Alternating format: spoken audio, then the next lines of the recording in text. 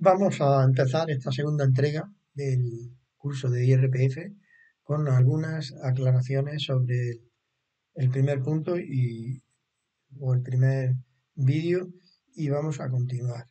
Primero, quiero deciros que estoy utilizando el manual práctico Renta y Patrimonio del 2019 porque todavía no se ha editado el del 2020, pero todo lo que diga aquí va a estar vigente.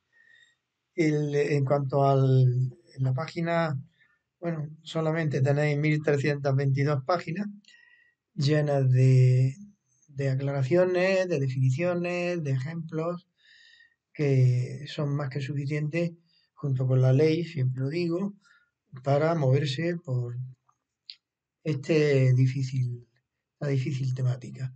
En la página 102 del manual está el esquema de liquidación que comenté en el vídeo anterior. Habíamos visto cómo se determina la base imponible general a partir de este tipo de rendimientos, de trabajo, de capital inmobiliario, del mobiliario solamente del artículo 25. Cuando digo artículo 25 me refiero a la ley del IRPF, ¿no?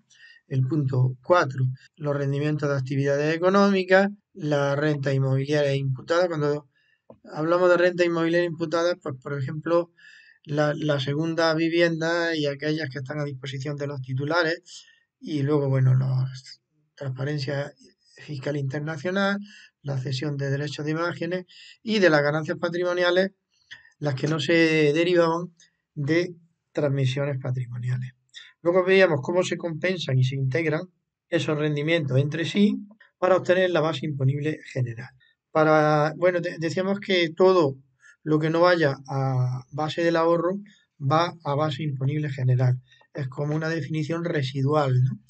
Rendimiento de capital mobiliario, los del artículo 25, 1, 2 y 3 de la ley de IRPF, y las ganancias patrimoniales derivadas de la transmisión de elementos patrimoniales. Aquí veíamos cómo las compensaciones tienen también esas limitaciones que vienen ahí.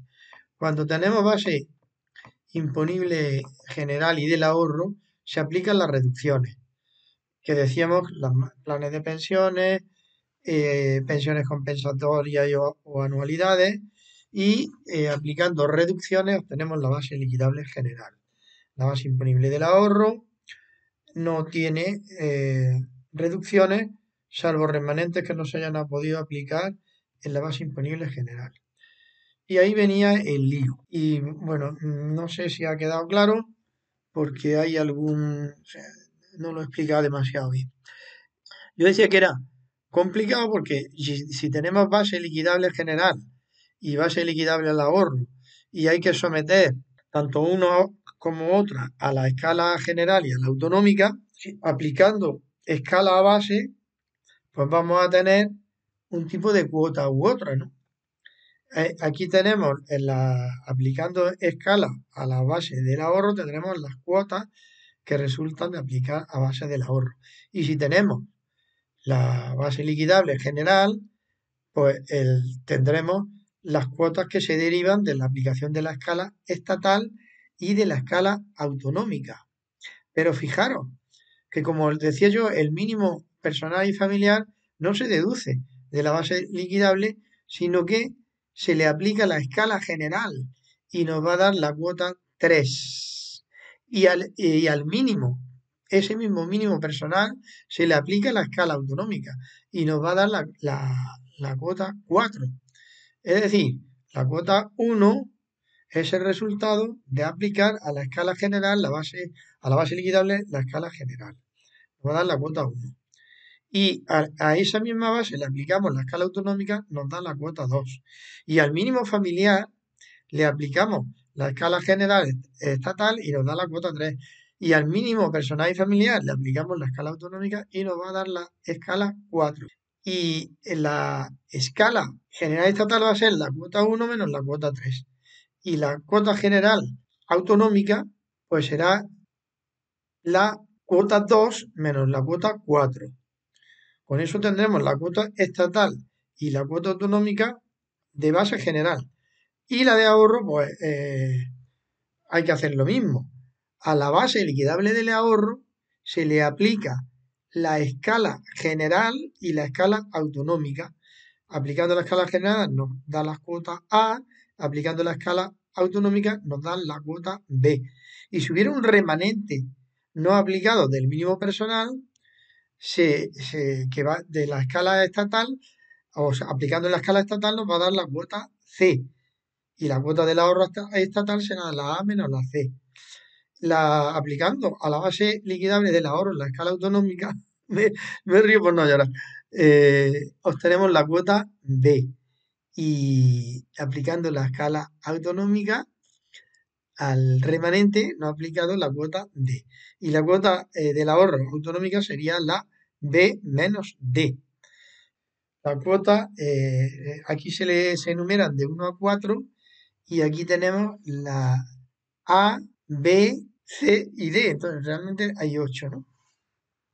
Y así es como llegamos a la cuota íntegra estatal y a la cuota íntegra autonómica. Había pasado por encima el tema de las deducciones y aquí tenéis también en la página 105 cuáles son, ¿no? Hay, a la cuota íntegra estatal se le quitan deducciones, algunas son, veis la flecha a la izquierda, son únicamente de aplicación a la cuota del Estado y hay otras que se aplican a a las de la autonómica, incluso hay deducciones autonómicas solo. Esto habría que ver a qué autonomía pertenecemos. Pertenece la liquidación, que irá en función del domicilio fiscal, y mirar las deducciones que se aplican. Bueno, pues aplicando las deducciones estatales y autonómicas, obtenemos la cuota líquida. Cuota íntegra menos deducciones, cuota líquida. Hay unas deducciones adicionales por doble imposición internacional que se aplican a ambas, por doble imposición en estas marradas en régimen de transparencia fiscal internacional o por doble imposición en régimen de imputación de rentas por cesión de derechos de imagen. Bueno, esto nos daría las cuotas resultantes a la autoliquidación. Yo decía, bueno, que estas deducciones que son más raras, realmente las cuotas líquidas, la suma de las dos cuotas líquidas, que va a ser la cuota líquida total, es lo que termina pagando un contribuyente. Pero como hay retenciones y demás pagos a cuenta, pues la cuota diferencial podría salir a pagar o a devolver. Y luego también decía que podría haber o resultar un impuesto negativo en los casos en que a la cuota diferencial se le sume la deducción por maternidad, la deducción por familia numerosa o por discapacidad. Los obligados a declarar. Este sería el sumario. Bueno, pues aquí os aconsejo que miréis bien porque hay varias condiciones. El, en principio tienen que declarar las personas físicas, todo impuesto sobre personas físicas y que superen, sus rentas superen las cuantías eh, que se indican en los párrafos siguientes, ¿no? También están obligados los que tengan que aplicar con independencia de la renta que obtengan, tengan derecho a aplicar el régimen transitorio de la deducción por vivienda habitual, deducción por doble imposición internacional o bien hayan realizado aportaciones a patrimonio protegido de las personas con discapacidad, planes de pensiones, etcétera. O sea que en estos casos Hacienda obliga a declarar con independencia de la cuantía de las rentas percibidas. En cuanto a rentas, dice, no están obligados a presentar declaración los contribuyentes cuyas rentas de trabajo no superen los 22.000 euros anuales si se trata de un solo pagador y de 14.000 euros anuales cuando los rendimientos procedan de más de un pagador. No obstante, esto había veces que no interesaba trabajar, porque si teníamos un segundo pagador que nos llamaba en diciembre, a mediados de diciembre, para una campaña de Navidad, qué sé yo, pues no, era un segundo pagador y ya bajaba la obligación de declarar de 22.000 a algo menos de 14 que estaba entonces, ¿no? Entonces ahora un segundo pagador que supere los 1.500 euros. Este año tenemos el tema de los ERTE. A trabajadores que han estado en ERTE, en principio el pago del ERTE es un segundo pagador y muchos estarán obligados a declarar porque sus rentas van a superar los 14.000 euros y no llegar a 22.000. Y se está reclamando que no se considere segundo pagador lo del ERTE. Ya informaré de a ver en qué queda la cosa. Eso es un tema pendiente. El tema de pensionistas cuyos únicos ingresos procedan del rendimiento de trabajo, siempre que el importe de las retenciones practicadas haya sido determinado por la agencia tributaria previa solicitud del contribuyente a través del modelo 146. Las clases pasivas son aquellas pensiones que paga Hacienda directamente, que derivan de trabajos prestados por funcionarios.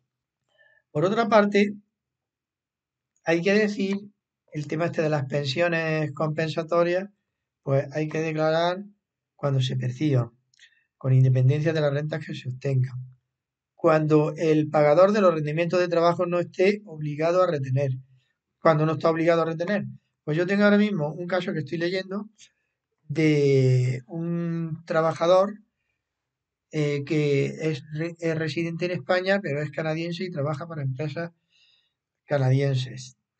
Teletrabaja. Entonces está obligado, es residente en España, por lo tanto está obligado a tributar por el IRPF, pero la empresa canadiense no tiene establecimiento permanente en España y no está obligado a retener. Pues este hombre, con independencia de la renta que perciba, como no está obligado a retener su pagador, tendrá que declarar sí o sí, con independencia de las rentas que obtenga. El rendimiento, si tenemos rendimiento de capital mobiliario, dividendos, intereses, etcétera, o ganancias patrimoniales derivadas de fondos de inversión, el límite está nada más que en 1.600. Si se supera esa cantidad, es decir, yo puedo tener una renta de trabajo de 10.000 euros, pero como tenga otra renta de capital mayor a 1.600, estaré obligado a declarar.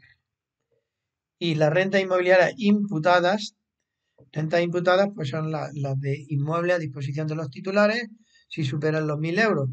Para superar los 1.000 euros anuales tendré que tener un patrimonio considerable con un valor catastral considerable también.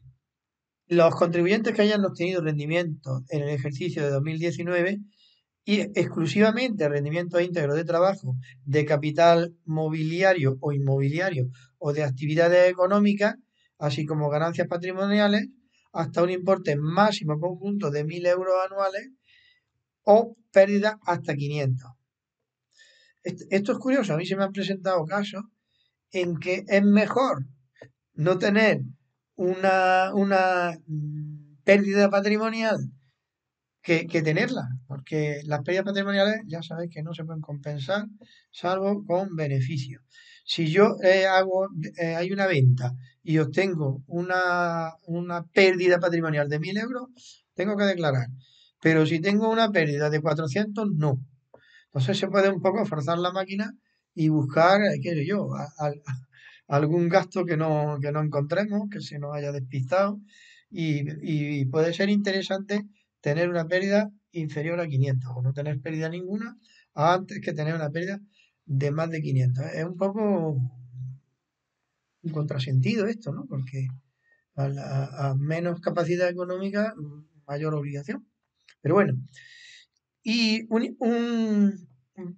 para terminar, decir que hay que hacer la renta. Hay mucha gente, yo he visto por ahí, asesores que no está obligado a presentar la renta. Es que la mayoría de la gente que no está obligada a presentar la renta, si la hace, le sale a devolver, siempre y cuando le hayan hecho las retenciones conforme a la ley. Es raro, es un porcentaje altísimo que no está obligado a declarar. Si hace la declaración, le sale a devolver.